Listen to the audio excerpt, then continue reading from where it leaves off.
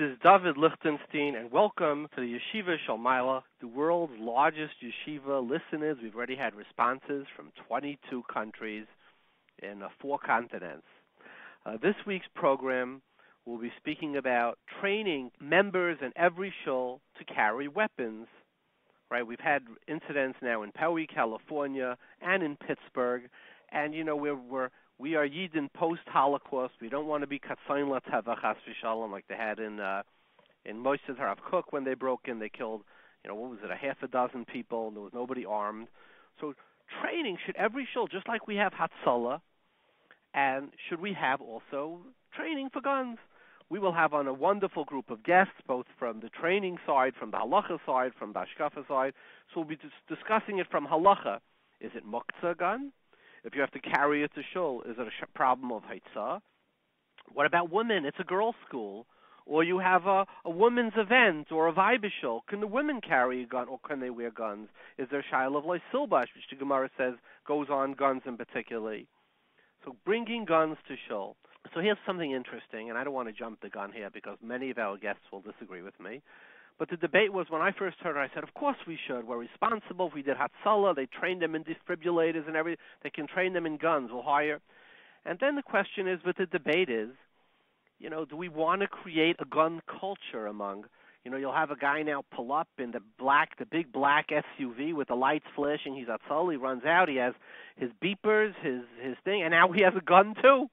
He's carrying guns, and kids they're Google-eyed, and what do they become? We create a culture of the heroes are gun carriers. Is that really part of? So 2 events have happened, thank God, only 2, which is less than a chazaka. We don't pass like Rabbi in the last many years, right? So do we say sometimes are we overreacting? Would it be an overreaction? I know many shuls are doing this. Like if somebody catches Ebola, do we want to vaccinate the entire world for Ebola? So these are some of the debates that we'll be having. So who are we going to have? We have from the OU, we have Harav Tzvi Ortner. He's Rav in Flatbush. He's the head of Zman Technologies. He's the OU Director of Technology and Halacha. He's a Belza Chassid, a very big Talmud Chacham. We've had him on a number of times. We will have from Poway, California, Rabbi Yisroel Goldstein. He's the Chabad Shliach who actually had a part of his hand shut off, a number of fingers, and he was recently in the White House speaking with President Trump. He got worldwide recognition for it. We will have this week, I don't know, it's all Chassidim. We have Rabbi Yoel Labin, a Rav in Tom's River, very, he'll be anti-gun. So we have all sides of this.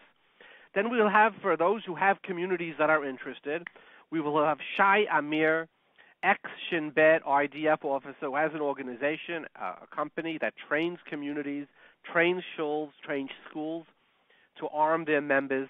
So he'll have an interview with him. He'll go for the pros and the cons as well as the cost of it.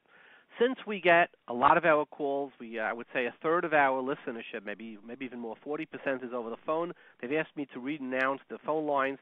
In the United States, 732-806-8700. In England, 330-117-0250. In Eretz Yisrael, it's Yerushalayim, 02-372-0304. By the way, you can listen to the show that we did about after the Pittsburgh massacre, where we went through some of these issues as well. If you want to have something that's more add on. Next week, our topic will be dealing with the fringe and extreme groups in our society, the anti-vaxxers, the the Neturei Karta, lying down on the floor in Eretz Yisrael, the Ayabach people. Many of these people, the burqa people, how do we deal with those that fringe elements? And sadly, it's always the extreme that makes it. The news loves, the extremists. And like one listener wrote in, he said, why don't I speak about, he says, most of Klal Yisrael goes to shul every day, and they say, Yiskadol v'yiskadish shmei Rabbah. And there are people who go to shul Rachman al Tzvan, and they say, Yiskaten v'yispaza shmei Rabbah. So we're going to be speaking about the extremists, the burqa wearers, etc., in our community. That will be next time from Halacha and Hashkafah point of view. It should be a very interesting program. Before we go, I would like to say a little thought about the in Machshava. Lag Baimer is coming up, right? And what is Lag Baimer? You know, since I was a child, we used to go to the Boston Rebbe, and he would made a hadlaka, and he danced, and would say Torah was beautiful. But what is the Yom Tif of Lag Baimer? I mean, it's not brought in Chazal, it's not in the Gemara, it's not in the, it's not in the Sefra, Sefri, Taryskayim, it's the Medrash, Tosefta, etc. It shows up the first time in the Rishonim, the Marayi, they bring from Reb Zrachia Halevi. And what is it? It says, the Gemara really says in Yavamis and Afsamach Beis that Yud Beis Zugais Talmid, 12,000 pairs of Talmidim, 24,000 Talmidim Rebbe Akiva had, Kula Mesu Bein Pesach Latzeres. So the first Mekayra is Lag Baimer, is they bring for Reb Zrachia Halevi. It says that Talmidei Rebbe Akiva died b'Preis Hatzeres, and they understand that to mean Lag Baimer. The Marayi brings something like that. So the great Maharil, who lived in the 1500s, early 1500s, who was the Avi Minhage Ashkenaz, most of our Minhagim, if you're, come from Europe, come from the Maharil, he says they oisa simcha b'yom Lag Baimer, and the reason that they give is because shepasku Talmidei Rebbe Akiva milamos. They stopped dying on that's one of this is the main reason that's given for Lag Baimer. So here's the question. It's Charetz Pella. How many Talmidim did Rebbe Akiva have? The Gemara says he had 24,000. The Gemara says it in two places. How many died? All of them. So when it says they stopped dying on Lag Baimer, it's not like, okay, they stopped dying and the rest was saved. Half the family got out, half was saved. We make a simcha for the part that's saved. No, everybody died. They stopped dying because there was nobody left to die. Well, what's the simcha of that? It's really an astounding ha'ara. So I found something really amazing and beautiful. The Pri Chadash in Tav Tzadik Gimel, Ad B'Kaima, I think it's Cotton Beis or Gimel. Pri Chadash was lived in the end of the 1600s, right? Mid 1600s rather. He was one of the Goyli Italia. He ran for his life from the Medicis. There was plenty of anti-Semitism in Italy, in Livorno, in Tuscany in the 1600s. He ran for his life in the Medicis. He ran, and he died rather young, but he ended up in Yerushalayim. And somehow along this very short, he died in his 30s, tumultuous life, he wrote the Pri Chadash, one of the great Pirushim on Shulchan Aruch. He says something really beautiful. He says, the simcha is, he asked this question, he says, what type of simcha is that? And he says, you know what the simcha is? Not that they stopped dying, but that Rebbe Akiva had the courage to continue afterwards. Remember, how old was Rabbi Akiva when this happened? He was probably 70, and he died when he was 85. It's like it's when he died, but we'll assume 85, like the Seder Adayra says. I mean, he was 85%, 80% through his life. Everything he built was destroyed when he was in his 70s. And what did Rabbi Akiva do? The Gemara says he went to Rabbi after. The Gemara says in Yavamis Samach Beis, I believe it is. The Gemara says that Le'erev al tanach yadecha. In the morning, plant, but in the evening, towards evening, keep on planting. So Rabbi Akiva says, you know what that means? If you had Talmidim when you were young, have Talmidim when you were older. He says he had 24,000 Talmidim. They all died.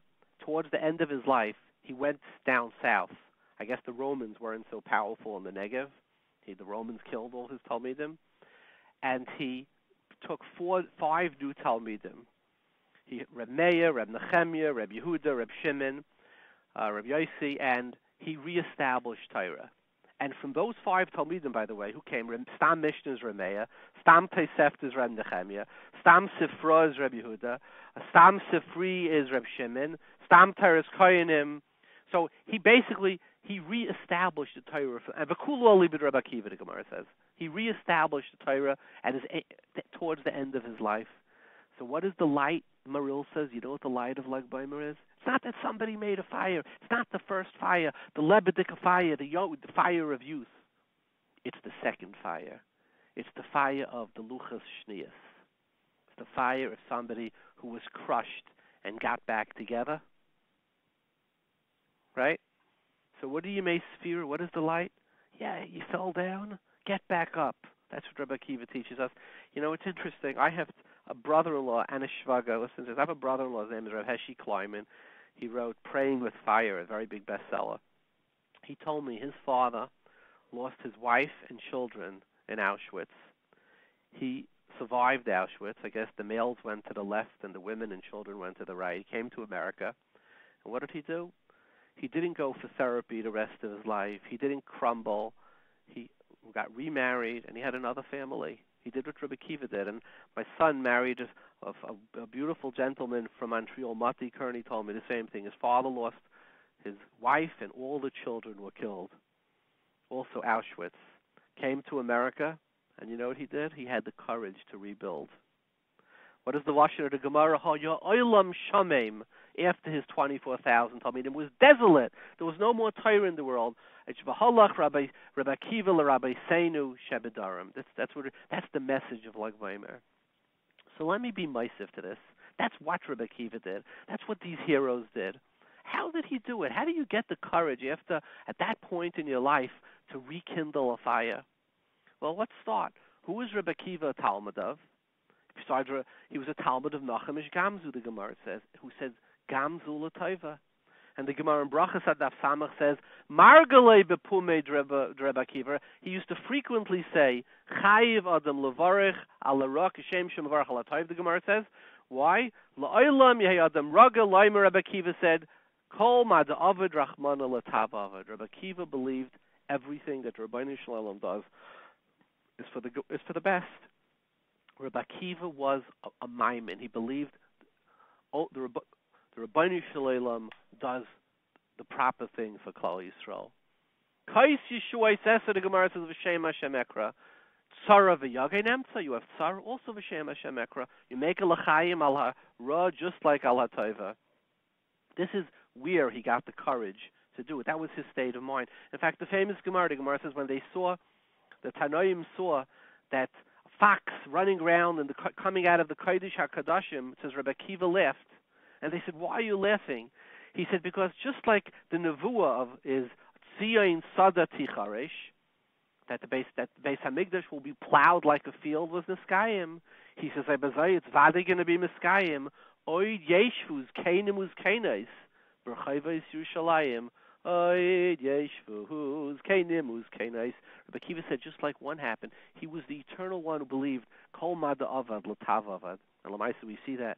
You know, I have a child, Baruch Hashem, who lives in Eretz Yisrael, and so I go frequently, and I walked in the old city, and I passed by a plaque on the wall. Mamish brought tears to my eyes. There's a big plaque on the wall. It says, somebody put an Oid Yeshvuz on it's right in front of a park. In the old city, there's a square with swings and benches, and it says on the wall, Oid Yeshvu, Skainim uz Kainais, B'chayvu Shushalayim, children will play, Skainim will walk. Mamish this is what Rabbi Akiva said. This is where he got this courage. And let me share with you something else. Lag Baimer always comes out in two amazing times, right after Pesach Sheni, 4 days after Pesach Sheni. What's Pesach Sheni about? It says that what Pesach Sheni is about, they were tamei meis, and they couldn't make the Pesach, the biggest event they couldn't make. Imagine that. They were desolate. They were crushed. Some people, they get crushed. They go home and they wrap themselves up in bed and they take opioids or they don't take opioids. What did these people say? They came to Moshe and they said, La manigara. Wait. That's not the Jewish way. La manigara. What are we? We're nachschleppers. We're mapel kinder. It's not fair. And Moshe didn't know what to do. So Rashi says, who are these people? Why were they tamei?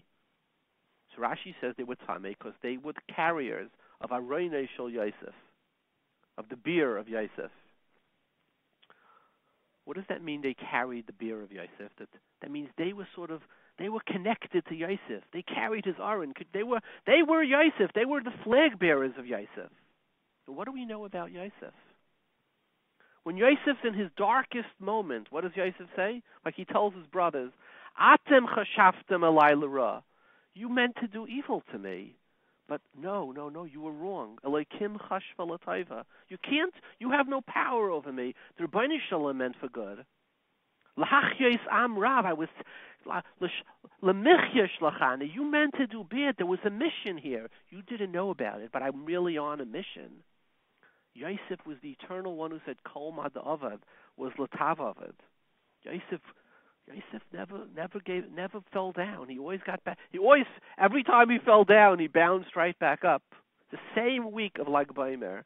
And what is Akiva's name? Akiva ben Yosef. He was the child of Yosef. So I'm saying metaphorically. The message of Pesach Sheni, the matzah, when you eat the matzah of Pesach Sheni, and I hope you all do it this week, it's different than the matzah. The first matzah is the matzah of, whoa, we're out of school, we're finished, we're on a mission. The matzah of Pesach Sheni is a different matzah. You know what? I really got whacked on the head. I got punched in the face. But you know what? Lama nigara. Yosef doesn't give up. It's the same fire. The fire of Lag Baimer is not the youthful fire. It's the fire of the Luchas Shniyos, of the person who got up. And let me leave you with the end of it. What's the end of this parsha? It comes out this week. The story of the Makalel. What's the Makalel? The Makalel is the boy. His mother was raped. He goes to Shevet Dan. He says, my mother is from Shevet Dan. My father's an Egyptian rapist. Can I park myself here? And they throw him out. They say, no, you're not from Shevet Dan. You're not from no Shevet. You're a Mitzri. And he starts cursing. And what do we say? Hotza'ah ha-Makalel. They killed the Makalel. So a liberal, I'm a liberal, right? I believe I have empathy. Klal Yisroel, we're all liberals. Geirim ha'isim beretz Mitzrayim. We're supposed to have more empathy than everybody. You look at it, you say, the Makalel is killed. The poor boy, his mother was raped. Imagine the bizarreness he had. You killed? And there's a message here. You know what?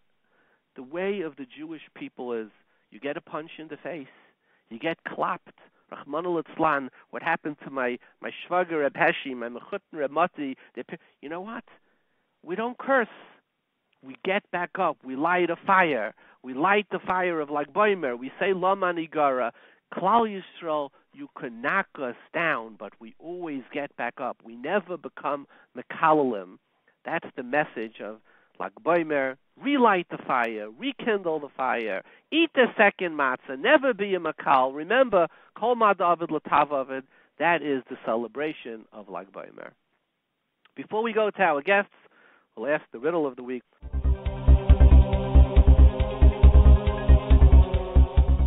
Okay, here's a famous shaila. V'chai achicha imach, says in the parsha. So the Ramban writes, this is Chaf Hei Lamed Hei, it's a mitzvah to be mechai your friend, right? The mitzvah of pikuach nefesh, we speak about Hotza'ah, guns, is a mitzvah to say of v'chai achicha imach.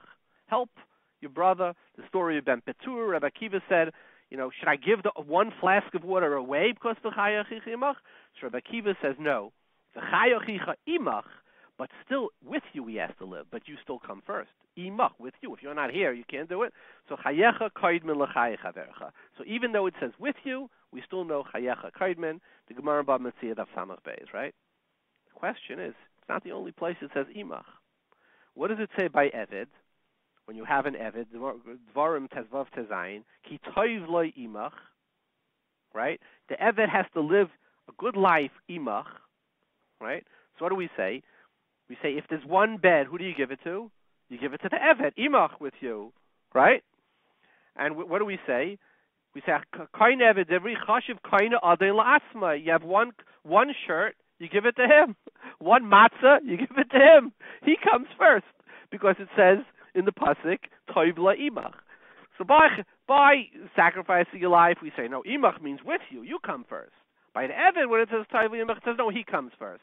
Wait, which way is it? What does imach mean? Do I come first? Or does he come first? As an aside, I'll just leave you with something that I saw in some of the writers. They write, Agavurcha, that even though people say, the Jews, slavery, this and that, how, the Torah, how could it allow it? Society, before the Industrial Revolution, everybody had slaves. I saw somebody write this. He says, but when you look at the Torah, it was so designed not to have slaves. I mean, could you imagine you come home, your wife says, there's one steak, and I'm sorry, you have to give it to the slave. There's one bed, you give it to the slave. There's a whole Shulchan Aruch, what I am allowed to do. If it's a trade he doesn't know, you're not allowed to teach him a new trade. If he's not comfortable with it, you're not allowed to do it. It was made so difficult, even though the Torah allowed slavery, because socially it was allowed. I'm just doing this as an aside to the riddle.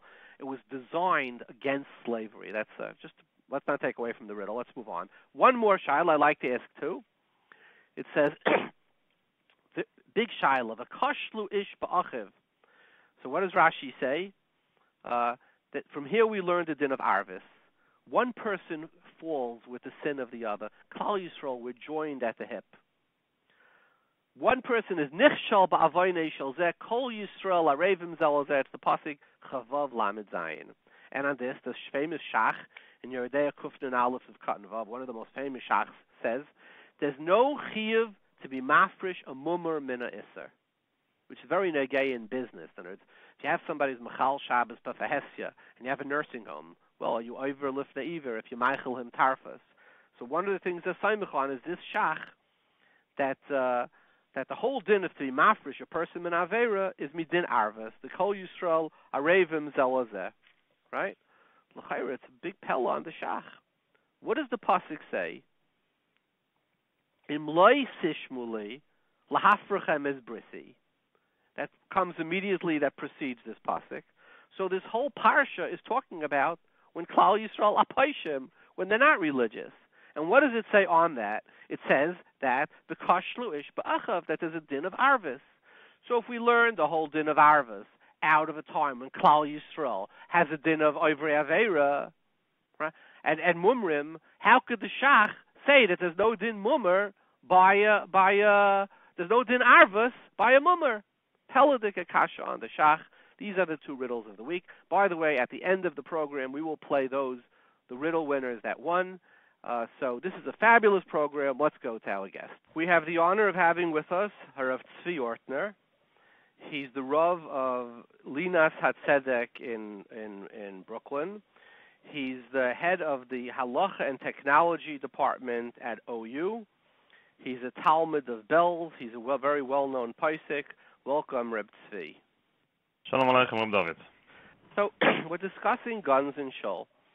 And even though you were brought on for the Halacha segment, but before we start, from a Hashkafic point of view, do you think it's a good idea, just like we have an organization like Hotza'ah to train people in medical, et cetera, that we should also have in Shuls where there's few people that are armed, they have a gun in the Shul, so there's no Shiloh Hotza'ah, et cetera, and they put it on Shabbos morning. So if Chas v'Shalom, something like this happened, it's not Katzayin L'Tevach, but what would you have from a Hashkafic point of view? We're hijacking you. Right. No, I don't think the Hashkafah has anything else to say beside what the Shulchan Aruch have to say. And if we work it out in a way where the halachas works together with the metzius and the need of the communities, so any good thing is a good idea. Well, Rabbi Tzvi, what I'm concerned about is there's something called like a gun culture. So the next thing you're going to have is the people running, with the blue lights and the flashing lights, and the guy runs out and he has a gun on him, and little Yiddish kinderlich, they look at it, and then it's spoiled. He has that solar lights and walkie-talkies and a gun, and these become our new heroes. And so there could be a lot more collateral damage than just having protection for an event that's happened. I mean, the 2 times there's been a shooting in the last 20 years in America in a shul. But the spillover, now you put in every shul lights and flashing and guns. Does that concern you? Like, the gun guy is a hero. What it does to our chinuch, etc. Again, you gave a good example about Hotza'ah. Will you reject the positivity of having Hotza'ah as an organization, Shomrim as an organization, Chaverim as an organization because of this effect? No, but I'll tell you something, that when kids see guns as superheroes, they don't see somebody taking care of Levias and Mesim as heroes. All the heroes do amazing things and carry guns. So now we have a new dmus of a hero.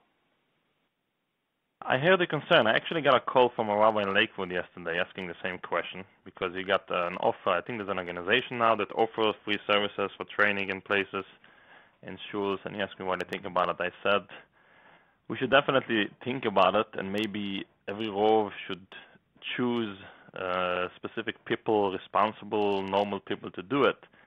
But if things will get out of control, I don't think, if the need is there, and again, we have to discuss if we're already in a point where the need is there, but if the need is there, and we're going to do it in the most responsible way possible.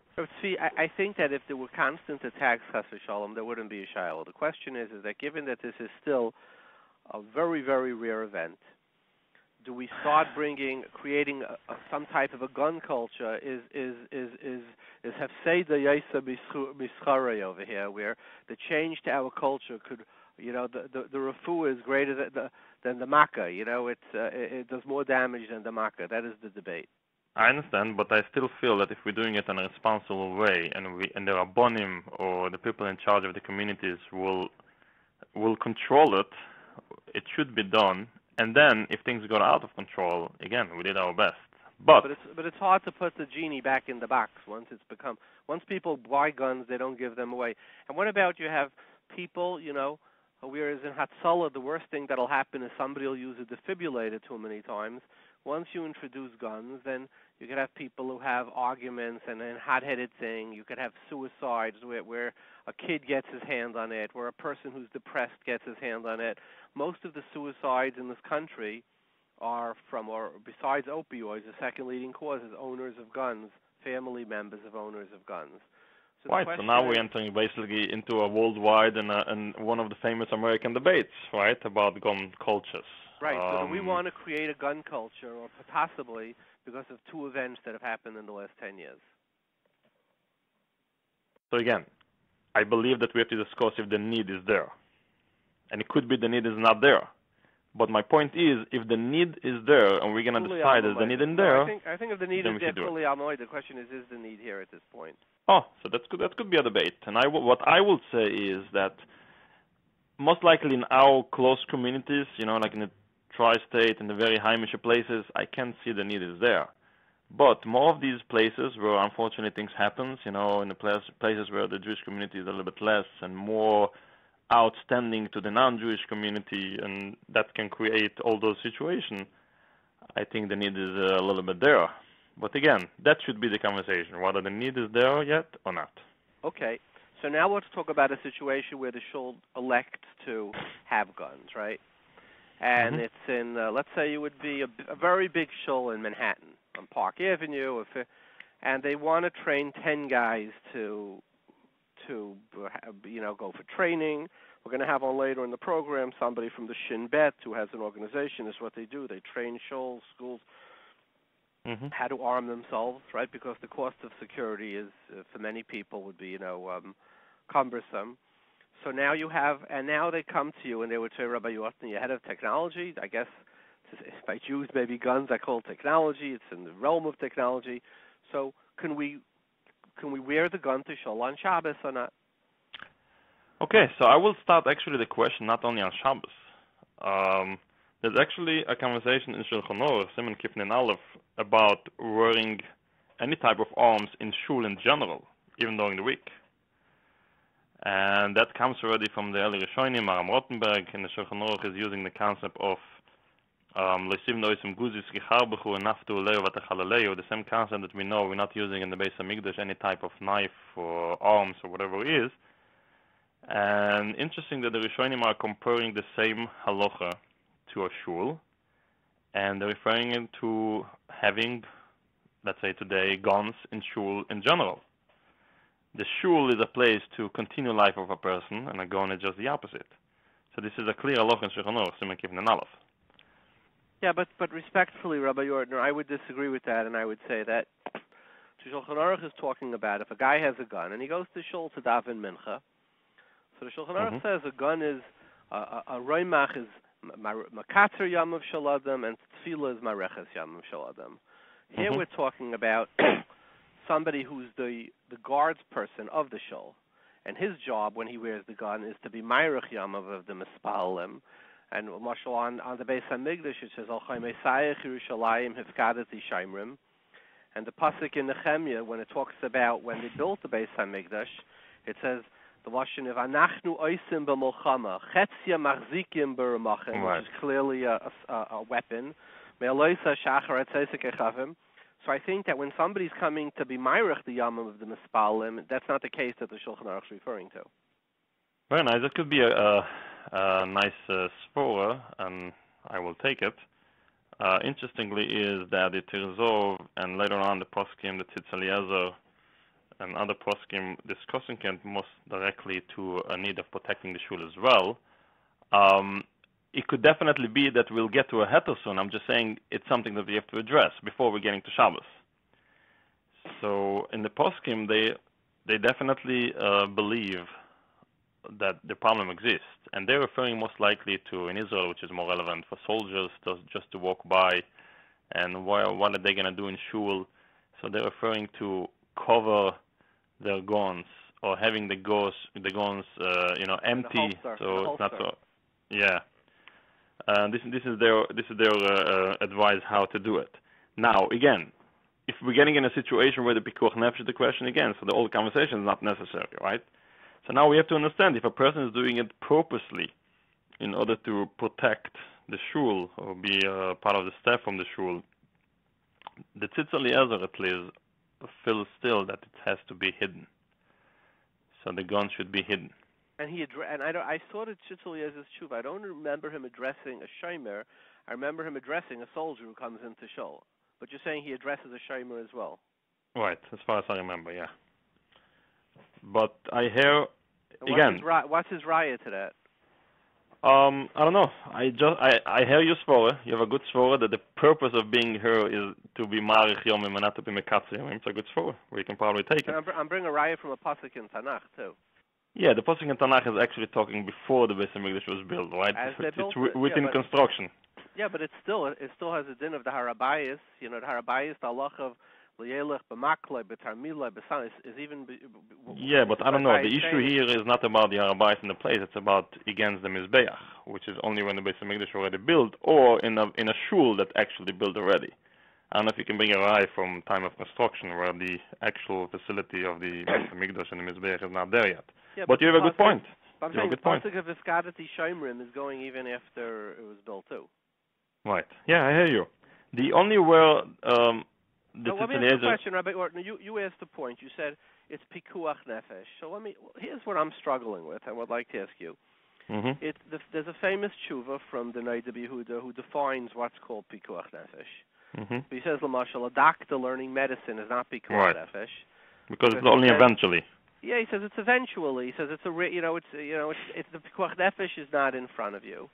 So I would ask you, where it's a very random event that's happened again twice, thank God, in many, many years. Would you say that on one hand you're doing it in case that event happens? On the other hand, that event is so rare, right? Mm-hmm. To be mechal Shabbos for an event that is so remote, you have to wonder, is that called pikuach nefesh? So would you define it as pikuach nefesh or not? Right. So this is definitely not our conversation. Because the only halachic conversation that we have is only in case we're deciding already that it's not pikuach nefesh, right? We can talk about if it's pikuach nefesh or not. I can see it a very tough call to decide based on today's situation that this is pikuach nefesh. Because even though pikuach nefesh goes even by sofek pikuach nefesh and ein holchim pikuach nefesh acharov, but still, the Nevi'ida that you brought and the echad me'elef that we know it's not considered even a sofek or a rov. It's a bigger shala than just for myself, but I feel that at that point we're still not in a level of pikuach nefesh, and therefore we should still consider the conversation about the guns within the halachos frame, and not within a situation of pikuach nefesh. Okay, so your first point is that we have to discuss whether you're allowed to bring a gun into shul at all, and you say from the Tzitz Eliezer that if the gun is covered, right, it would be allowable. Right? It will be allowable. Yeah, I think other parts of Shlomo Zalman and Rabbi Yashiv, I don't know Rabbi Yashiv, I think Shlomo Zalman, said a similar thing as well. Right. But that's going to bring us to a little bit of a conflict when we're getting into the conversation about the shul. About Shabbos, I'm sorry. And the reason being is because... now we're addressing the second question. Can you, on Shabbos, and so these are for people who, let's say, they live in Manhattan. I don't believe there's anybody who uses I think there's any Erev in Manhattan. Or you're in an area that has no Erev, or you're somebody in the borough park who go with Ramesh's Psak. You're not allowed to use the Erev, and they come to you and you say, Rabbi Ortner, can I bring my gun to shul on Shabbos? How would you respond? Right. Okay, so the first question is going to be about Tiltul, about Hotza'ah. So the Shmuz is standing already actually in the Gemara, in the Rishonim. There's a mission in Shabbos, L'yetzu ish loy b'sayf, loy b'keshes. There's a famous machlokes between Rabbi and Chachomim, whether a gun or any type of arm is considered to be a tachshit or not. We're not going to get into the old sugi and Simishin Aleph and Rishonim over there. I can say that the conclusion of all the sugi is that the Isur de Rabbanon is definitely to carry a gun over Shabbos.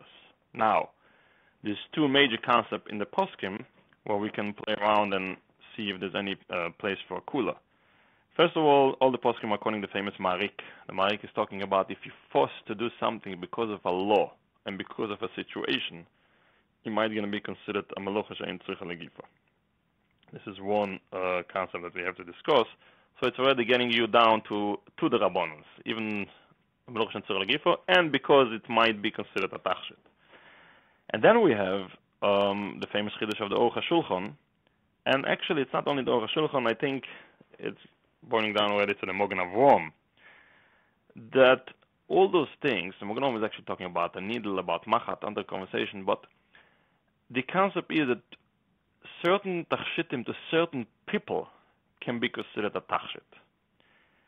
Which means if situation change because of times or because of whatever it is, and some people for some purpose are carrying certain things, it could be considered their malbush or their tachshit. Based on that, the Aruch HaShulchan says that for ish milchama, arm, gun in our case, considered to be their malbush. So this is a clear, in Aruch HaShulchan it's very clear, but I think it has a better source even earlier.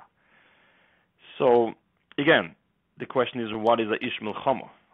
So I would say, in general, a soldier, where the conversation in the poskim is, either before the war or in Israel today is, definitely a ish milchama. Let's say we are hiring a bodyguard in Shul, maybe we can also consider it a ish milchama. Again, he has his uniform, it's a ish milchama. Now, a person, a staff or a member in the shul that we are training to be with a gun and Shabbos, and he's coming, with his regular Shabbos clothes and is a part of everyone, to say that he's a ish milchama, I don't think we can say so. So if that's the case, I believe we have to make sure the gun is getting to the shul before Shabbos. You don't think that somebody who wears it because their job is to protect the shul becomes a gather, that is enough to make it their levush? I don't think that it's going to be a ish milchama, unless it's like, wear a uniform, work for a company, whatever. When he says ish milchama, it's like, I would maybe take the position that in those days nobody carried guns unless it was an ish milchama. Today, in a gun culture where people do carry guns to protect them, where somebody is a security guard, albeit a hidden one, I mean, he's just using the vernacular that was common in those times. Is it possible that today a security person, even an undercover security person, he's wearing it as a levush? That would I will debate if it's. We wear undergarments too, right? We wear undergarments that are also called levushim. So he's wearing it as an undergarment, but he's wearing it as an ish milchama. Right, but I will still debate, and again, we can hear both sides, but I will still debate if such a person, we can consider the gun as his malbush, right? He's not going to go anywhere else with that. And but I can hear the other side. My first feeling is that if he's just a member and is just doing it because of a potential event, I can't really call him a ish milchama. It can't really become his. So you would struggle with him. You would struggle with him taking it out into a rishus harabim. Yes, and again, you have a good point. Meaning you're getting into a carmelist. That's my. What would you feel if it was a carmelist? Right. So we have the marik that is a melocha and tzurich legifo anyway, and we have the conclusion of the sugi that the all isu is probably a isu de rabbanon. And you have carmelists as well. Yeah, it might be something to consider than an easier take. Yeah, but wearing it, let's say, in Manhattan or Brooklyn, where many poskim holds it's a shasaram deraisa, would be much more problematic, you think? Yes, I will suggest to have the gun in the shul before Shabbos, which is not a big deal. You can work it out. Let's discuss the Muktzah issue. Very good. So again, we're assuming for a minute now that it doesn't rise to the level of pikuach nefesh, in which case there wouldn't be a problem. Absolutely. So for Hotza'ah members, we paskin, it is pikuach nefesh, because your average Hotza'ah member who's on call will get a number of calls every single Shabbos, whereas somebody carrying a gun, hopefully in their entire lifetime, will never get a call. So now the question is, would that be considered Muktzah or not? Right. Okay, so of course, yeah, we're not talking about Pikuach Nefesh, and the Muktzah Shal is a good question. So, a gun is considered to be a Kli, which means we're not getting into any type of Muktzah Machmas Gufoy or so, and I don't feel it's getting into any conversation about Muktzah Machmas Cheson Kis, because it's not something that you really care with such a care, like for example, in Shulchan Aruch Siman Shin Ches, talking about Sakin Shel Mila. I think that will be the best example in our case. Sakin Shel Mila, it's a knife that you're using for something that you're not allowed to do on Shabbos, but in certain cases, like Mila Bezmano, you're allowed to do with it on Shabbos. So the Shulchan Aruch is talking about it and considering it as a Kli Shemalachto L'Isu, or maybe it's a Kli Shemalachto L'Heter because of Mila Bezmano. But the Shulchan Aruch conclusion is that it's still Muktzah Machmas Cheson Kis once you finish with the Mila, because it's something that you really care about and you really, carry it with, very careful. So if we're going to compare it to the gun, so the gun is like this. It's a Kli, and usually it's a Kli Shemalachto L'Isu, to kill people, but in the case of Pikuach Nefesh, it's Malachto L'Heter, right? So it's Malachto L'Isu and L'Heter. So that's basically the case of Kli Shemalachto L'Isu. It's not falling into Cheson Kis because I don't believe a gun is something that you really care, like a Sakin Shel Mila or any other example of Cheson Kis. So the first thinking will be that we should consider a gun as a Kli Shemalachto L'Isu, which we allow to carry Letzoyach Gufoy and Mekoimoy. So now the question is, what is it Tzoyer Gufa Mekoima? So there's an earlier tshuvas about it. The Devriyatzev is a nice long tshuva the Klosenburger Rebbe, Rabbi Shlomo Zalman is talking about, and it's earlier on goes to the Zera Emes talking about it. So they are mentioning a concept which is similar to what we say before from the Marik, about Oitzua, about Moshan Tzchelagifa. They said, if you're forced to do it because you're a soldier, this is what they are talking about. And I would compare it over here, you're forced to do it because of the need, and whatever it is, that's considered to be a Tzoyer Gufoy. That's number one. Now, but Rabbi Ortner, yes. Rick is saying, if you're a soldier and you have no choice but to do it, you're going to get thrown into jail. Mm-hmm. He says here, nobody's throwing you into jail. There's no government law. You're doing it because you have a need. Well, every Kli Shemalachto L'Isa, you have a need. I need to break some nuts. I need to do, I need to open the door. If we're going to just establish that every need we have rises to the level of the Marik, mm-hmm. we're going to end up disposing of a lot of Hilchos Shabbos. Right. So I was about to say so. That we can definitely disagree and argue in what level we're getting into a chiyuv, and they are definitely talking about soldiers that have a chiyuv mitzad malchus to carry their guns all the time, so we can definitely debate this heter. So we'll go to the next level, interesting svora that we find in Bot, the Divrei Yatziv and Rabbi Shlomo Zalman. Shlomo Zalman is a little bit more mesupik in it, but I think, if you know the language of Shlomo Zalman, it seems like he holds so, is that he feels that a gun, besides for the actual purpose of shooting, in the case of the Pikuach Nefesh, or case that you have to shoot, having the gun itself is a purpose. Meaning the fact that we know someone is carrying a gun over here, and especially if it's going to become worldwide and everyone will talk about it, and all these crazy people around us will know that there is people with guns in the shul. So this is already lahatil emo. It's a purpose for itself. So Shlomo Zalman feels, very interestingly, that it becomes a Kli Shemalachto L'Heter, because the purpose is not just the shooting, it's the fact that you carry it and you have it and people seeing it. This is already Kli Shemalachto L'Heter. Interesting, Shlomo Zalman have the same svor example in candles at home. He feels that the beautiful silver candles, besides being Kli Shemalachto L'Isu, it's also Kli Shemalachto L'Heter by showing it L'Noya Bais. It's the same concept.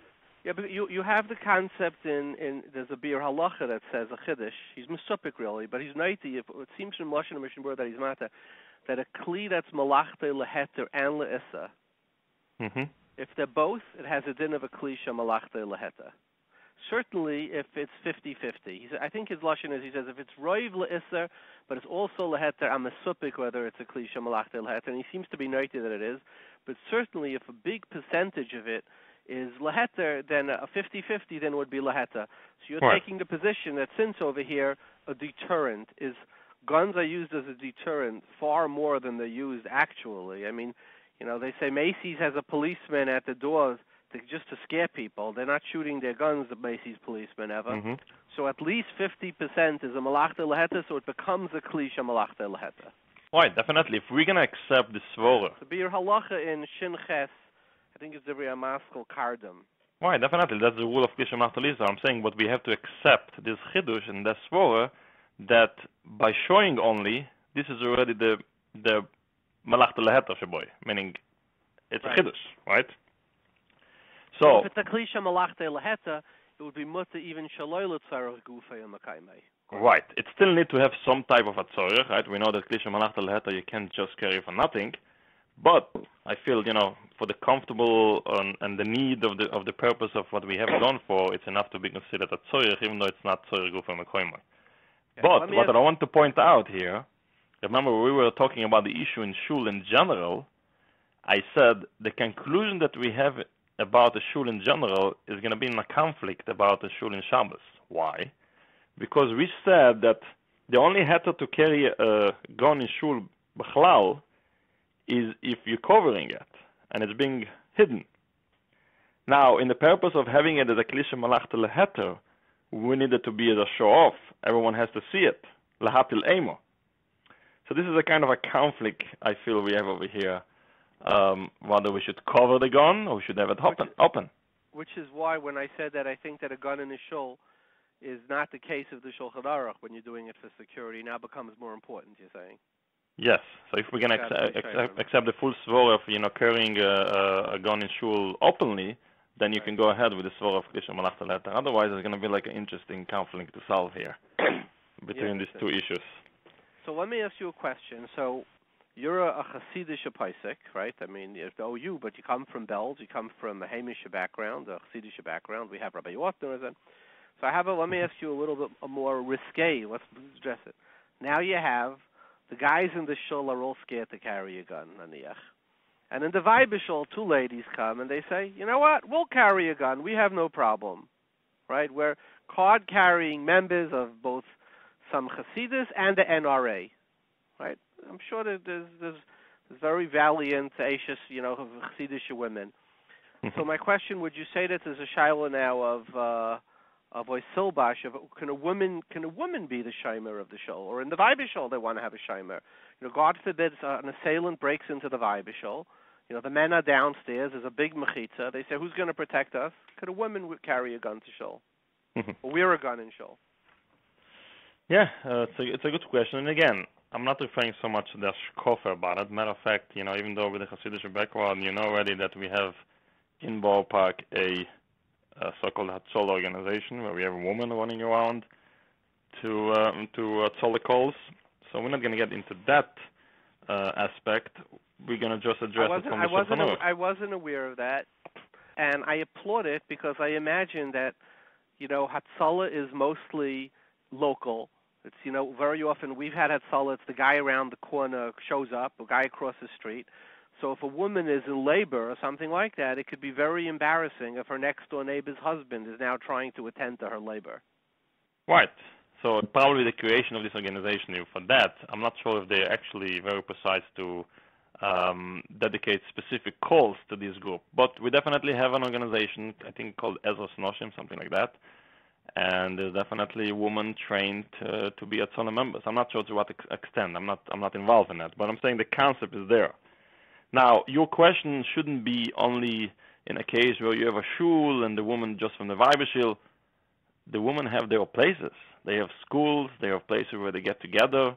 And over there, of course, the question will be, if we want to protect in somehow their place, should a woman have a gun or not? So that's going to be, strict to the halacha. And the halacha is there. The Gemara is Masechta Nazir, and became machlokes between Rabbi Yaakov and other. Rather, it is considered to be lo yisilbash or not. And we're getting into a general conversation, b'chlal in lo yisilbash. We know the famous Rashi that that lo yisilbash is only if you made in purpose to mix between the genders, between the woman to man or not. So we have this machlokes. Now, there's an interesting Rashi. You will like that. Perish HaMiyuchas LeRashi. And it's also, I think it's a Yalkut also. It says the reason why Yoel in the Novi didn't kill Sisro with a regular cherev, with a regular gun, let's say. She only took, these whatever piece of the oil that we had, the Yosef, the oil says over here in the Novi. So it says over there because of Leisilbash. How about that? So she did it with a shinoi. She didn't took a gun. She didn't took a knife, a cherev, whatever it is. She took the Yosef, the oil, because of not the oil of Leisilbash. Now, I will argue about this Rai because in the case of Pikuach Nefesh, that's not the conversation, right? We're only discussing in a really relaxing situation in a regular Shabbos afternoon in Borough Park, right? So I don't know about Yoel because over there was a case of Pikuach Nefesh. We're putting aside now, but in general, the Rambam in Minchas Avodah Zorah is talking. You're passing like a blazer beyankev, and it says over there that lo yisa the ishu adei o ish. And the example is kegoin shetusim beroishim mitznefes a koiva, and one of the example is oy silbash shiryoin vekayoytze boy. The Gemara Nazir and Afton test, right? Yes, the Gemara Nazir and Afton test. So, but again, as we're getting into a general conversation with silbash, so first of all we have the conversation whether it's only made in purpose of mix between the gender, like I mentioned before, and if we're doing it just to protect the shul or the place, it's definitely not the case. The other conversation that we have in the Poskim, and Moshe Feinstein has a tshuva in it, and he's quoting some other Rishonim talking about it, it could be that it's only when the woman is actually going lemilchama, on a war. But just in general to protect herself, Moshe Feinstein has a tshuva saying that you can carry a gun for that purpose, and he actually make an interesting distinction between a long gun and like a pocket gun that made pistol. For an assault rifle and a pistol, where he says the military doesn't use pistols; they only use assault rifles for the most part for weapons. They belong, the M14s or the AK, whatever the AK-47, I think it is. He says, and a pistol's not used in there, therefore that would not be. Right.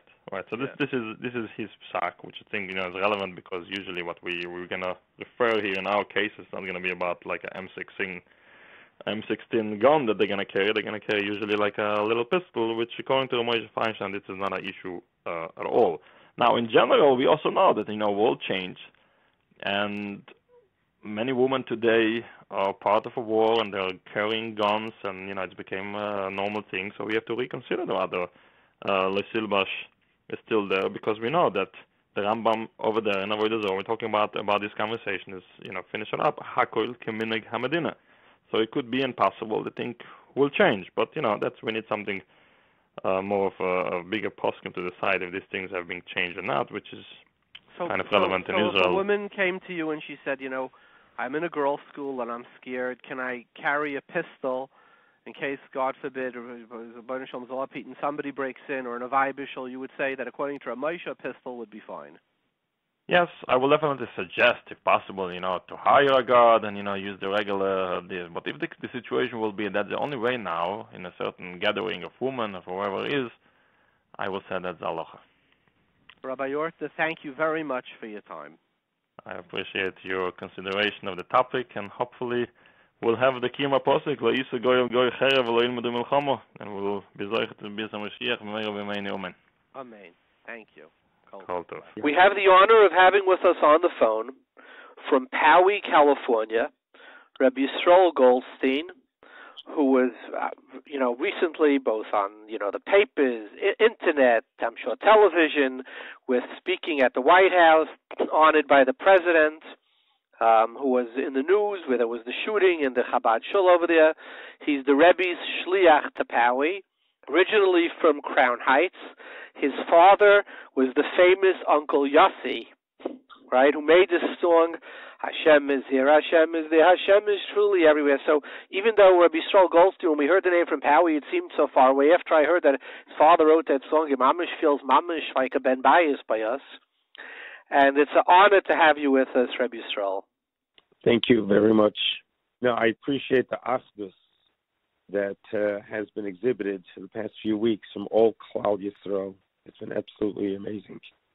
So, Rabbi Yisroel, how did somebody whose father was the principal of Borough Park, the Beis Yaakov of Borough Park, together with Rabbi Ehrenreich, the Beis Yaakov of Borough Park, end up as the shliach of the Holy Ramash in Poway, California? Could you tell us briefly the story?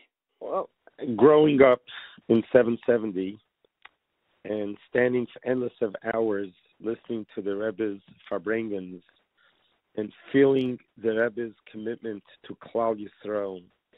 And I would hear the Rebbe cry and shout out about the importance of bringing every Yid closer to Yiddishkeit, and how the Rebbe really so much wanted to bring Mashiach in his lifetime. And he basically, you felt his pain, you felt his yearning for every single Yid. I grew up with that. So early on in my life, I felt that I want to do that. I want to partner with the Rebbe and be one of his shluchim to be able to go out there and make a difference in the world, the way the world has been with Yiddishkeit. So early on, when I was bar mitzvah, is when the Rebbe started the 10 mitzvah campaigns. So when I would finish yeshiva at 12 o'clock, I would go out and try to put on Muktzah, put on tefillin with people, different storefronts, and we would have our own route around Coney Island Avenue, Avenue J, and we would go from store to store, and that's basically how you begin to develop an appreciation of that Pintele Yid, that any Yid you saw, you felt that there's a potential there, and it's just a matter for us to bring out that potential. So my whole life is basically Rabbi Yisroel, about that. you said something important. You said the Rebbe said that he should make a difference. Do you feel that before this event is obviously, newsworthy and made a tremendous rash around the world, do you feel you made a difference? A difference is an understatement.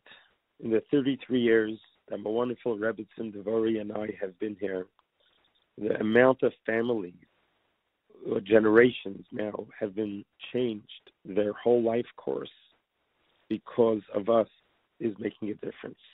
And we have Knainara families spanning from Eretz Yisroel through Muncie and throughout the world who left Poway once they became from, and they realized they need to move to more from neighborhood. And that brings us a tremendous amount of nachas to see how many families literally have become Shemer Shabbos, Kashrus, not just them, now the kids are getting married, and you're seeing the next generation who's keeping Torah mitzvahs all because of the what they have found by us. Rabbi Yisroel, let me jump to the newsworthy event that recently happened, okay? Yeah. Would you going forward, would you advise Batei Midrashim, Batei Knesiyos, that they should have members of the Shuls that are armed?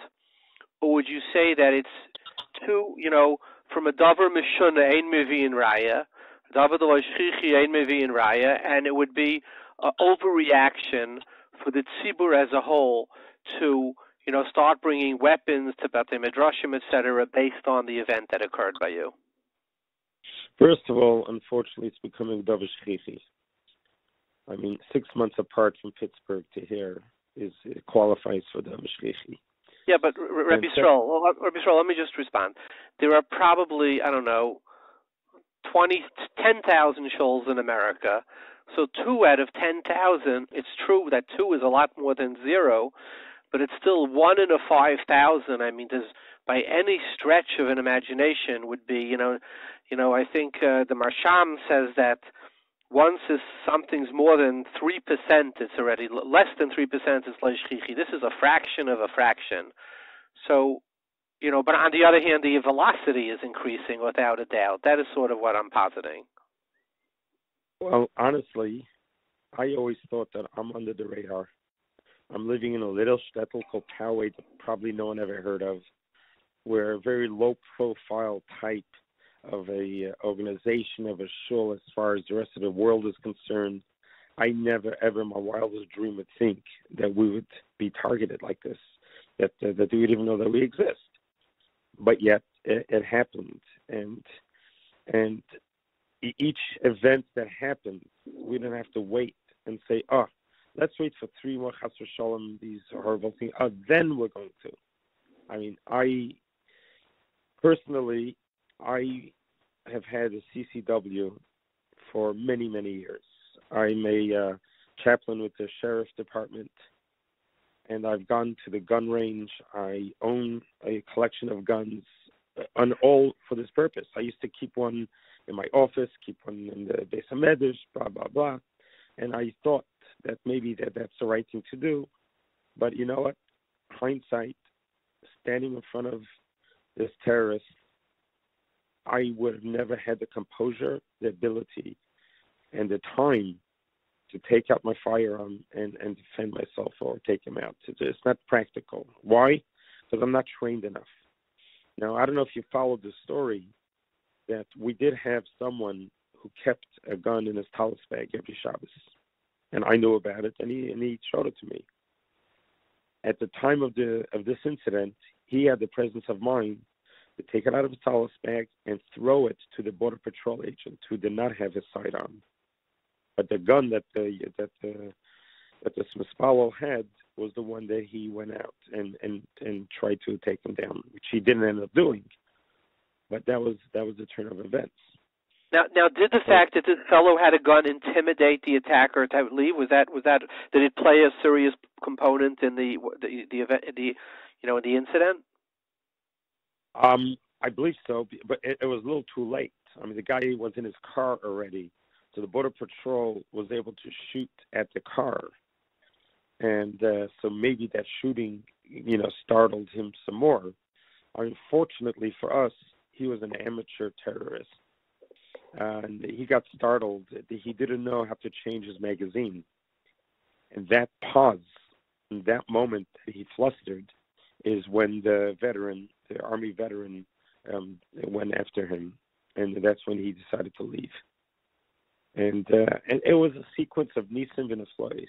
And there's more Nisim and Aflois that occurred there than the opposite. I mean, it's just so many sequence of seeing that Yisroel, how this could have been a catastrophic massacre beyond any imagination. When I got all the kids to safety, and I ran back up to the shul, it was those footsteps that I'll never forget, because it was literally a silence that scared me terribly, because I didn't know the shooter left already. And I did not know what happened to the rest of my mispalim. And I made my way towards the shul, and I didn't hear anything. I thought I was going to encounter the worst shechita ever. And Nisim in the place, that Baruch Hashem, I quickly learned that everyone got out to safety. And but we were like sitting ducks. I mean, Lori, Aleh Shalom, was the one basically who prevented him from going inside the shul.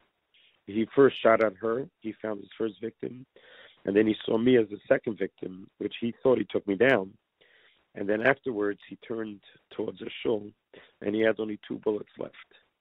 And those 2 bullets made it through the shul, where my son-in-law, who just got married 2 weeks before, was about Tereng, and his yarmulke has a hole in it from the bullet that's grazed right over his yarmulke. His yarmulke was mamish, his helmet, that saved his life. I mean, it's Nisim in a place. And why did he leave? Like, what precipitated his leaving? Oscar, the army vet. The army vet let out such a geshrei, he just startled him. And then we still haven't verified it yet, because Oscar tells me that someone threw a chair at him. And we don't know who that is. There's an unsung hero out there. Either it's a malach that threw the chair at him, because no one came forward yet to say that they did it. Oscar said he didn't do it, but he saw a chair being thrown at him. And then 3 other people went to give chase after the shooter, after Oscar was running after. So Oscar didn't just scare him away. He pursued him. And he shot out loud that, "I'm going to kill you." That's what Oscar was screaming at the guy. And just, I guess, the fact that I had an army vet who had the presence of the mind know what to do, the Border Patrol agent to pursue. And there was one Russian immigrant who fled Russia because of these type of things. He's almost 68 years old. He also took run after him. And he lifted up a huge rock to throw at him when he finally drove away. So there's chevra who took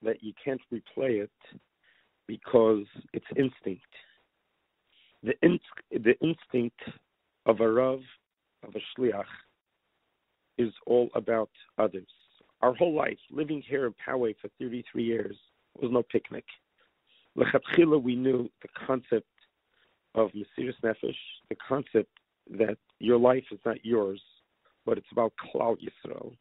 Talk to me, Rabbi Yisroel. Rabbi Yisroel, talk to me for a minute. Define what's the Mesiras Nefesh of living in some place like Poway. Well, my father, as I mentioned, Uncle Yossi spent his last 15 years with us. I actually moved him out here from Crown Heights to spend his last 15 years with us. And he was with us in our shul every day, and he gave tremendous amount of chizuk. But he used to tell me all the time, you care so much about Klal Yisrael, you got to start thinking about the Rebbe Yisrael. And it's a fine line to know, shluchim throughout the world. When you go out on shlichus, you're going out as a soldier, that you set aside your own needs, and you're there for the community needs. You're there to save Klal Yisrael, to do whatever you can. Until you go out on shlichus yourself, you don't realize what you're giving up. Leaving Crown Heights, leaving your community, leaving your family, leaving the Rebbe, leaving 770, leaving your social circle, your friends, the ability to have Cholav Yisrael, glad kosher food. You're giving all that up, and you're moving to a community. I was 24 years old. I just finished the yeshiva, just got smicha. My wife was 20 years old. And you come to a city which you almost know nobody. The people there are not interested in you. They're wondering, what are you doing here? And you start one by one. And it requires endless hours of shiurim, of Shabbos tables, of kirov, that it's a tremendous amount of investment of time, energy, and effort to even get someone to Aleph Beis. And the rest of the frum world who have not done that don't understand what Mesiras Nefesh of the Chabad Shluchim are throughout the world. And I have a brother who's in Madrid, Spain. I mean, his shlichus is a lot harder than my shlichus, obviously. And you have shluchim in all. I just got back from Auschwitz yesterday with a group of 800 students from all over Russia. And I met the shliach from Siberia and his wife. And just to think about what life is like in Siberia now at shlichus. And they brought a whole group of young students to come to this event called Eurostars. And I spent Shabbos with them in Croatia. And Friday night, to see the tremendous amount of chayas and singing and dancing. These are all students 18 to 25. And it was just a tremendous respect to the shluchim who rough it out in Russia, Siberia, Uzbekistan. It was just, it's unreal. It morphs the shlichus that we do over here. So you have the full gamut of, even though we're living in beautiful sunny California, and the shliach in Russia told me that the shlichus in America is much harder than the shlichus in Russia. And he's explaining to me how these Russian students took such a liking to Yiddishkeit, and culturally they were much more respectful and accepting, that over Shabbos there were two students who were machlo to have a bris milah. So right after our event at Birkenau, these two students went and a moil came, and I was the sandik for one of them. I mean, that takes tremendous amount of commitment. He was 23 years old, and they did the bris milah that day. And it was just an amazing concept. That's Mesiras Nefesh. What do you do for chinuch in Poway for your children? Well, we have a Chabad Hebrew Academy about 20 miles south from us. So our kids went there until 8th grade, and then they went to Los Angeles, and they dormed in Los Angeles, and then they went on to the various yeshivas after that. Rabbi Yisroel, tell us about the phone call you got from President Trump. Well, as you say, Leiv Sodom and Mlachim B'Yad Hashem, that I was in my living room. I'm sitting trying to catch my breath between interviews, And my brother Zalman Goldstein, known publisher and composer of the Chabad classics.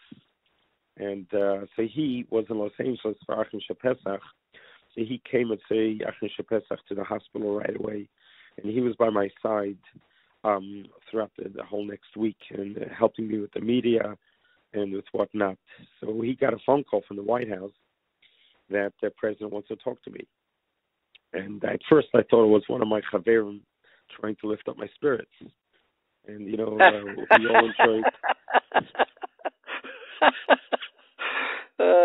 So one of your friends was playing a practical joke on you, and if the chaver was making a joke, yeah? Yeah, that's exactly what I thought, because I had friends like that, and they know that I enjoy a little sense of humor, and I could use a little lift. So I really thought that's what it was. So I said, sure, put him on. And then he gives me the phone, and then I hear his voice, and it's the president. And, at what point did you realize it wasn't one of your Chevrolite putting on like the president's voice? When you hear his voice, it's the real thing. And I've heard his voice plenty, so you knew it was him. And he just started out with such empathy that he was he was talking to me like a friend, that how sorry he is what happened. And he very quickly started to tell me how much he loves the Jewish people.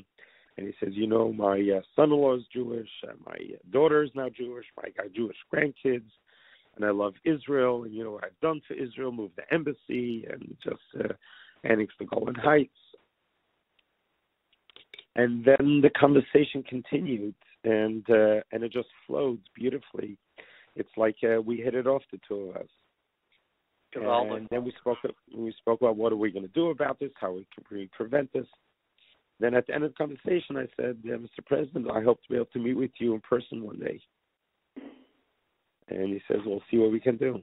And then the next day, I got the invitation to go to the Rose Garden. Unbelievable. Do you know that I heard, and I actually saw pictures, that 2 days or the week of the election, his daughter went to daven at the Tzion of the Ramash in Queens. Correct. Yeah. Well, Rabbi Yisroel, you've been an inspiration for everybody, and the Rebbeinu Shalom should continue to give you the koyach to make a kiddush Hashem and to be marbitz Torah and to be makarev leiv hanidachim. Well, let me tell you what we're doing from this. And the Rebbe was big into revolutions, to revolutionize the world with his Muktzah, with the different campaigns. So my brother Zalman and I and Simon Jacobson came up with an idea that we're going to launch 1 billion good deeds, that we're going to launch a website and we're going to promote to get 1 billion good deeds. When CNN came to the Rebbe and asked him, what's your message to the world? And the Rebbe said that everyone should do random acts of good and kindness. And the concept of Yisroel Min HaCheshech. So we're looking at a global concept of 1 billion good deeds that we could get out there and get the whole world to start thinking the concept of chesed, of doing goodness and kindness. We hope we could tilt to scale for better and greater times. Well, the Rebbeinu Shalom should give you koyach to reach your goal. And thank you very much. Everybody who heard, watched, saw was inspired by you. You should continue to always make a kiddush Hashem in happiest situations. Kol tov, Thank you so much. Kol tov. Thank you. Bye-bye. We have on the air with us from Tom's River, a Rav in Tom's River, Rabbi Yoel Asher Labin. He's a Talmud of the Sat Medayin, Rabbi Cheskel Roth. He's a Talmud of Rabbi Yosef Rosenblum, the famous Rabbi Rosenblum from Borough Park. He's a counselor to Hasidic couples who are going through marital issues. Welcome, Rabbi Yoel Asher. Yeah, Shuls. So what do you feel about, after the events that happened in Pittsburgh and in California, about, just like we have Hotza'ah trains, Yungalite and, Hotza'ah Nefashis, Pikuach Nefesh, training young light that every shul should have some type of a security program, a number of people who, come to shul, and in the shul they put on a weapon, so there's no shayla of Hotza'ah, assuming there's no erev. What's your feeling about it? I mean, you could talk either from a halacha or Hashkafah point of view. Yeah. We would love to get somebody from the Hasidic Kreisen to give us an opinion. Yeah. Okay. So after the two massacres lately in Pittsburgh and lately Mamash Yetz and Poway, California, some of the Rabbunim and Tom's River sat down with the local police, the police chief, a representative of the Homeland Security, and we discussed these issues. And then also amongst us, the Rabbunim, we discussed if there is a Halacha and Hashkafah aspect to it. So there is a Hisyachsus to it in Halacha and in Hashkafah. In Halacha, there's the Halacha in Shulchan Aruch, and many Rishonim bring it down, that a person shouldn't go in with a sak and arichel, a long knife, into a shul. And the reason is based on the Gemara. The Gemara says that based on the Pusik, Lesunef alayim barzel, what the Gemara explains, the Mechilta. Why shouldn't you bring on barzel on the Mizbayach? Mizbayach, bu lahari chayev shaludam, Mizbayach is life. And a sak and a knife is mekatzer yom of shaludam. So David Ram and Shabula Aleket and others go take it to, also on a besmedrash, you shouldn't go into besmedrash with the sakim. And also there's a halacha, you shouldn't have a sakim on the table by Bechis for two reasons, and both could be also relevant to our discussion. One reason is because Bechis Hamuzon is tanking for life, it's part of life, and the sakim is the opposite, is muves, is a kli muves. There's the Gemara Usa Leudam Sheigal al Kelev Ru B'Soch Baisoy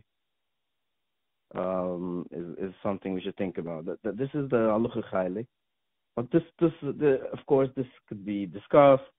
In Halacha, actually, in Yisroel, the Shala is coming more often. Many more people, Daptiyim, people who are Shemrei Torah, have weapons, and the question is, should they come to a Mukom Kudosh?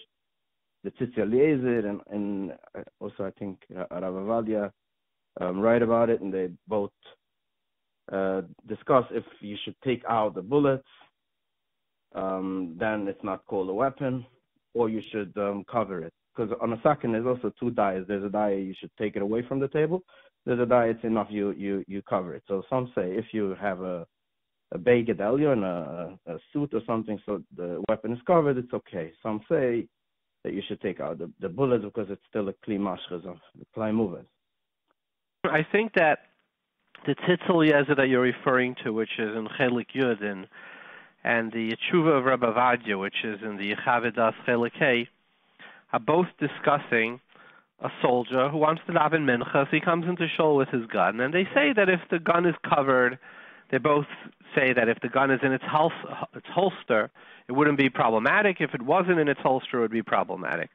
But they're both discussing where a person has to daven, so they come into shul with a weapon. Well, you shouldn't bring a gun into a weapon because the Shulchan Aruch in Kuftan Aleph says a weapon is mekatze yam of shaladav and tefillah is mayrach yam of shaladav.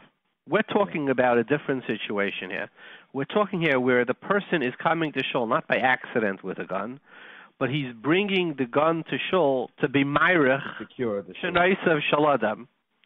So the whole reason where you're not supposed to do it is because a weapon is mekatze. You're not bringing the gun to shul for security purposes. You're bringing it because it happens to be on you. You're in the military. When somebody, a security guard of a shul, is there for the purpose of being mayrach shnaisav shaladam, the Muktzah of this, which is let's say the Marambara Baruch, would not be relevant to this case, right? Yeah. Okay, it's a very valid point. So the question would be: is it really mayrach chayav shaludam?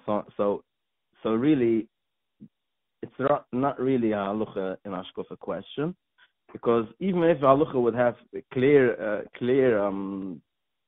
halacha neged bringing a weapon in shul, it will also be nitche if we establish that it's really important for us to have weapon.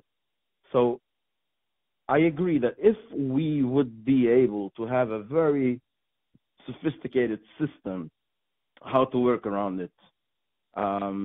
Let's say, as you said, let's say a Hotza'ah, like something really responsible people to be on top of it, and like as you said it, then probably it will be okay. The question is if that's possible, or it will just be as people think that they could protect the community should have weapons. That's the other scenario that could happen, and this is already a very dangerous one. So you're saying if they're trained properly, you think it would be fine, but the problem is what happens if they're not trained properly? Yeah, the question is, should we bring up this discussion on the table in hope that the right people would do the right thing, or we have the schooner of making it easier?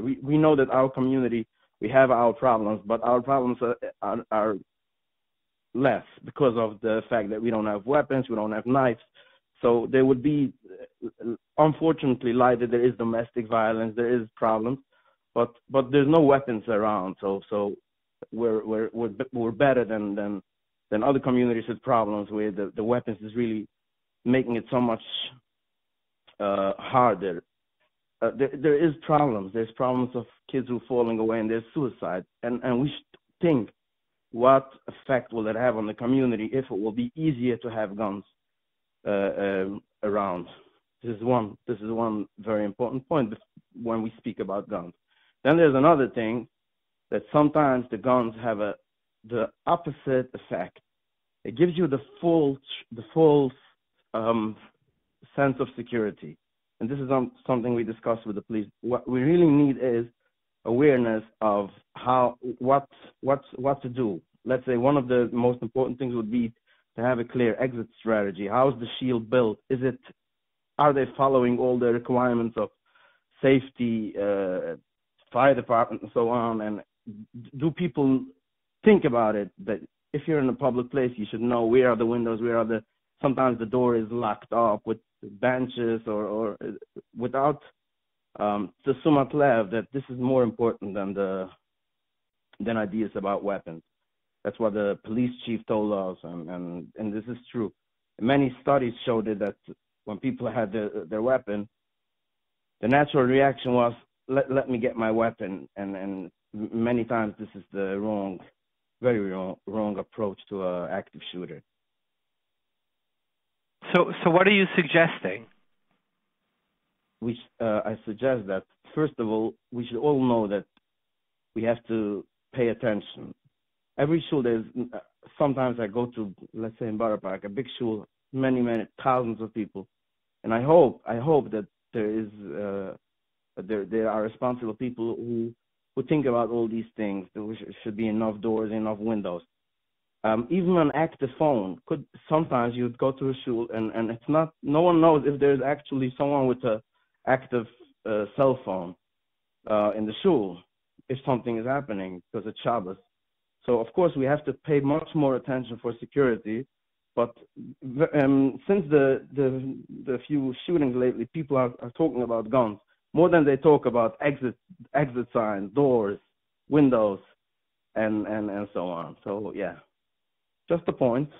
Okay, so Rabbi Elisha, do you think if Hotza'ah or some organization like that could be established, where they provide active training both to the members of the shul? You pick a few number of people who want to do it, just like Hotza'ah. Most big shuls have one or two. I know we do. We have a few Hotza'ah members who are actively trained in sakanas nefashos things.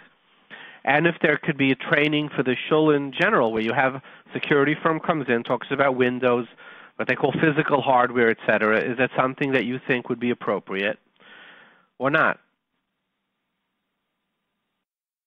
I can't say it wouldn't be appropriate, but we should remember how dangerous the topic is and how easy it could go wrong.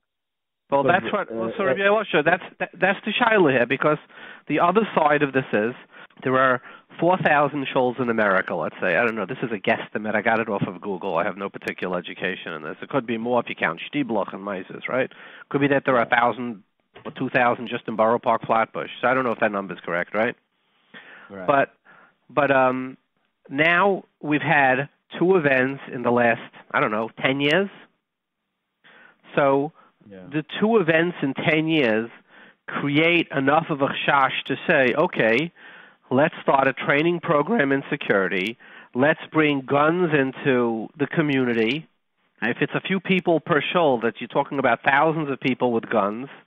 And like you said, it could, not only could it end up in friendly fire issues, which if there's training, hopefully it wouldn't, but it creates like a gun culture. Right, and it's very far from, so are we overreacting to something which is, like I gave a mushal and I didn't get an answer. We had a security firm on. I said, if somebody would die from Ebola, should everybody become vaccinated for Ebola? I mean, a davar mishana, so far, which it is, Baruch Hashem, is not something that you should overreact to. Suddenly there's guns and there's training, and instead of learning, Shach and Taz and Abai and Rava, we're running to gun classes. Like, is it, the Am Sridei Charev, at what point do we say, we're overreacting? That's really my question. Okay, that's a much better way of bringing it out. Yeah, the fact is that if we want to have in every shul, that there will be thousands of guns. Thousands of guns higher the risk of friendly fire, as you said. Every day there's stories of kids who shot by mistake. It happens. Suicide in places where there's a lot of guns. The idea that that's what I said. If we can have this perfect setting, I can't say anything against it, but that's the big question. Having guns in the community is not less of a threat. So there's a threat of a killer, a murder coming into a shul. That's a threat, and that's what we're afraid of now, because that's what we had. This is the experience we had. But running from one problem, one threat, to something that could be even worse, to bring in the idea of weapons. And it's also that the community I know, if there will be a organization with trained people carrying weapons, it will create a society where young chavra who are wannabes, they want to, in the Hasidic community I see it, many people look up to these Askunim who are involved in organizations, and it will bring in a race. It will bring in weapons in our community. Weapons in the community means also weapons in the hands of people with mental issues, people who have terrible domestic violence at home and so on. Guns will make all these things much, much more dangerous. Unfortunately, we had suicide cases in the community lately. It's very unfortunate, and it's all things I'm sure you discuss in your radio, mental health and so on, things that we need to pay much more attention to. Guns will make all these things much worse. And also, after all, it's not so sure that it will help in case of a shooting. Many studies I read that even people who are trained, and training means training once a month. It's not that you do it once. A lot of training, even people with training, were not effective against the shooter, because the shooter is coming in and is catching you by surprise. It takes time for you to reach to your gun. So the chances that having more guns will save is not high enough. It's not like a clear security. Having a guard by the door is simple. Having more police present, all these things have no negative, have no chashab to it. So making sure the doors, the windows are clear, these are all things that are 100% safe. Having guns could help, could not. I don't have the numbers, but they carry a real chashash. So if you had to vote on it today, what would you say? totally not. Yeah. Let's say we should really focus a lot on all the other things, security things. Make sure that every shul you go into shuls, so many people, not enough doors, not enough attention to traps. Maybe we should have make sure there's active telephones in shuls on the wall if something is happening on Shabbos. These are all things that. Rabbi Elisha, what would you say about large shuls that are targets? If it's a target, your average shtibel of 50 mispalim, it's not a target. Whereas, you say a big shul that has 1,000 people in it. Should these shuls either have trained people, or alternatively, let's talk about that because that's the most affordable. What do you think about that? I think these shuls should have law enforcement securing them. No, you know what the problem. I just want to say, Rabbi Elisha, the problem is our rabbeim barely get by. Our mechanchem are really getting by. Now we want to start paying, security forces. We don't live in a particularly wealthy community. We have so many klei kodesh, large families, the cost of living. So it's again like Hashlech Yavchal Hashem. Somebody's going to pay for the security services. Nobody's paying for these security services. So whereas I tend to be in agreement in saying, it's an overreaction at this point, and hopefully it will always be because these are random, very remote events. But do you think that shuls that could be targets should have individuals? We should say in this case, it's just Yechidim, it won't be a culture, that these shuls should have somebody, or is it just a slippery slope? Talking about it is surely a slippery slope. So let's say someone out there is a very responsible person, he has a plan in his head. I don't think a Moreru could say, no, you shouldn't do it. But the question is it possible to stay community free of weapons and still have this creative idea of how to have people prepared? If it's not possible, because it's automatically having some people with weapons will create some kind of a culture that will bring in more weapons. If that's the case, we should only focus on all the other security measures and, of course, on making a Kiddush and all these things that could help, and not on the weapons. I don't see a way how it could be a total secret, how the most responsible person can make sure on 100% that his child will not one day take it out of curiosity and play with it. We can't control it. Since we can't control it, and I know that we can't control it, we're not a community with control. It's a very it's a community with it's a free market community in a way.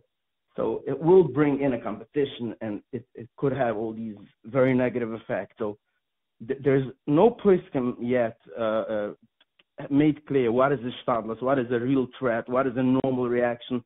It's not so easy to have a halachic psak of saying how many shootings, what are the percentage, when is it really something that is begeder status. It's really hard. But Seichel Ayusha said that having guns in a community is terrible. That's of course this is a political debate between the right and the left, but I think that the numbers show that more weapons is more trouble. Yeah. Well, Rabbi Elisha, thank you very much for your time. Okay, thank you. Always, just a second. It's so important to bring up all these things. These are things that we need to learn about Smedish. What is Nagaya for us? Thank you. Kulta. Look, what does it say? Al Chaimesayich Yerushalayim Hefkadati Shaimrim. So clearly, the Torah was concerned about security, but we appreciate your very thoughtful point. Okay, go ahead. Kulta Vagotyar. Let's go to the chosen winner of this week's riddle. I called earlier regarding answering the question of why should there be a having to listen to your father if halacha is if the father is a Rasha, like the shittas that you're not mechuyev to mechaber kibbur avim. So why does the having if the father tells you to mechal Shabbos you should listen to him? So I said that the teretz was because the having was good for that. This is good for mitzvah. It's not enough there. If the father tells you to be mechal Shabbos, that itself is a mitzvah. I was thinking of also another teretz in Nafkamina. A place can say that even though you're not mechuyev to mechaber your father, he's a Rasha, but that's only if he's Hergul Bakach. But for the first time, then you still are Mechayiv. So maybe this was, you could say, maybe the pasuk comes in the Chadash, even if it's the first time, you're still not supposed to listen to your father when you get Shul Shabbos, it tells you it's Mechal. And regarding the second question of the truth of Rashba, that love of Leim by Leitamo, because you need a special pasuk of the Av, because we don't know 100% sure that's the father, or a Kohen, because it's only Yoel Tachabal. You're asking on the tad that it's not the father, then he's Yisroel. You could say, L'chayr Pashut, Nafsaminas, we know the father was a Kohen, and let's say for argument's sake, the whole shtat was a Yer Ksula Kohenim, or the only chash that the mother was nivel from someone else was only a chash of Kohen. Other instances, so he's for sure a Kohen. Now the Shiloh is his father, so that we say you go back to the father, and the Chiddush HaKra is that even though it's not a Vadai, but Rebbe L'Tach Hadal, it's still to be Matami to your father, even though he's for sure a Kohen. Thank you. Talk good.